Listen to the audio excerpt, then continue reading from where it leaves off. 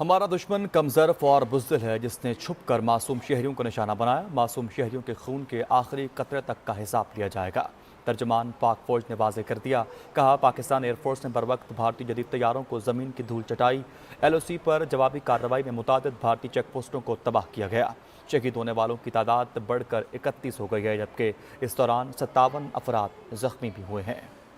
رات کے اندھیرے میں دشمن کی جارحیت، وطن کے محافظوں کا دشمن کو دندان شکن جواب، جنگی طیارے مار گرائے، چیک پوسٹوں کو تباہ کر دیا۔ ترجمان پاک فوج لیفٹیننٹ جنرل احمد شریف چودھری نے پریس کانفرنس کرتے ہوئے کہا، ہمارا دشمن اتنا بزدل ہے کہ رات کو چھپ کر معصوم شہریوں اور آبادیوں کو نشانہ بناتا ہے۔ جب ہم نے دہشت گردوں کے لیے زمین تنگ کرنا شروع کی تو بھارت اپنی فوج کے ذریعے دہشت گردی پر اتر آیا۔ لائن آف کنٹرول پہ اور ورکنگ باؤنڈری پہ بلا اشتہار فائرنگ اور سیز فائر وائلیشنز کا ایک سلسلہ جاری ہے، جس کے جواب میں پاکستان کی فوج برابر دشمن کو جواب دے رہی ہے۔ ترجمان پاک فوج نے کہا کہ جب یہ حملہ ہوا تو پاک فوج نے اپنے دفاع میں صرف ملٹری ٹارگٹس کو چنا، ہم نے بزدل دشمن کی طرح شہریوں کو نشانہ نہیں بنایا۔ 3 رافیل طیاروں سمیت 5 بھارتی طیارے تباہ کیے گئے۔ بھارت کے 7 چھوٹے بڑے ڈرونز کو بھی تباہ کیا گیا۔ پاکستان کی افواج نے اس بربریت کے جواب میں اپنے دفاع میں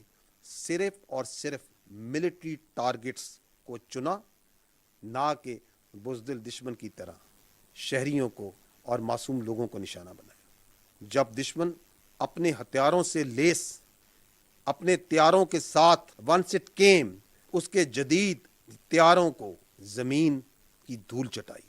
3 رافائل، 1 Su-30 اور 1 MiG-29 تباہ کیے گئے۔ لیفٹیننٹ جنرل احمد شریف چودھری نے کہا کہ جب فضائی اٹیک ہوا اس وقت 57 فلائٹس فضا میں تھیں۔ یہ مسافر طیارے مختلف ممالک کے تھے جنہیں بھارت نے خطرے میں ڈالا۔ بھارت کی طرف سے نیلم جیلم ہائیڈرو پاور پروجیکٹ پر بھی شیلنگ کی گئی۔ جنیوا کنونشن کے مطابق عوام الناس اور پانی کی تنصیبات کو نشانہ نہیں بنا سکتے۔ جو نیلم جیلم ہائیڈرو پاور پروجیکٹ ہے اس کے اوپر شیلنگ کی گئی اور اس کو نشانہ بنایا گیا۔